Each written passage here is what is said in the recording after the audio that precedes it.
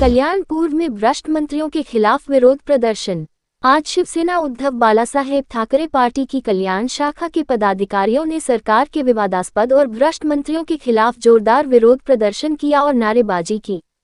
मंत्री संजय सिरसाट के कमरे से मिले पैसों के बैग, गृह राज्य मंत्री योगेश कदम की मां के नाम पर बने सावली डांस बार, विधायक निवास की कैंटीन में संजय गायकवाड़ द्वारा की गई मारपीट और विधानसभा में रमी खेलने वाले पूर्व कृषि मंत्री माणिकराव कोकाटे के खिलाफ ठाकरे शिवसैनिकों ने विरोध प्रदर्शन किया और नारेबाजी की।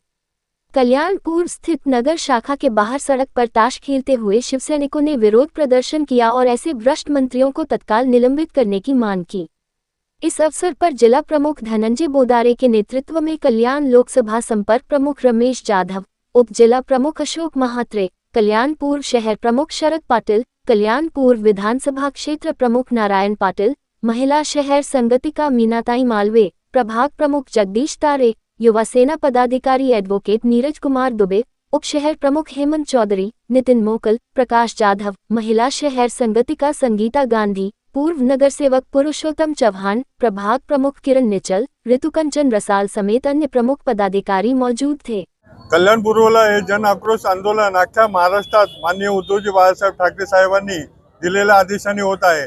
कलंकित मंत्री, भ्रष्टाचारी मंत्री व म्हणजे जे गोपनीयतेची व याची शपथ घेतलेले मंत्री आज उघडपणे जो राज्यमंत्री आहे तो सावली बार चालवतो, भरतसेठ गोगावले सारखा मंत्री ओम स्वाहा फट करतो, म्हणजे काली जादू करतो।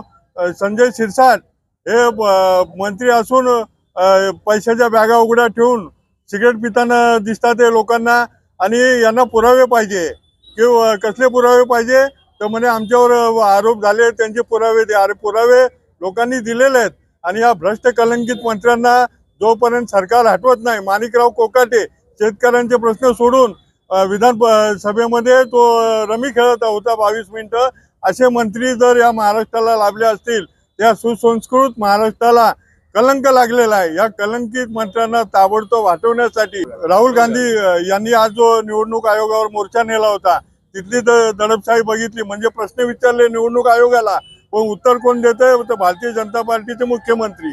त्यांचा काय संबंध आहे? तो झिरो संबंध आहे। म्हणजे तुम्ही मतांची चोरी करून हे केले। आज कल्याणपूर्वला पण तीच परिस्थिती आहे जी राहुल गांधी यांनी सांगितली की दुबार मतं, स्थलांतरित मतं व मतदार यादीमध्ये घोळ।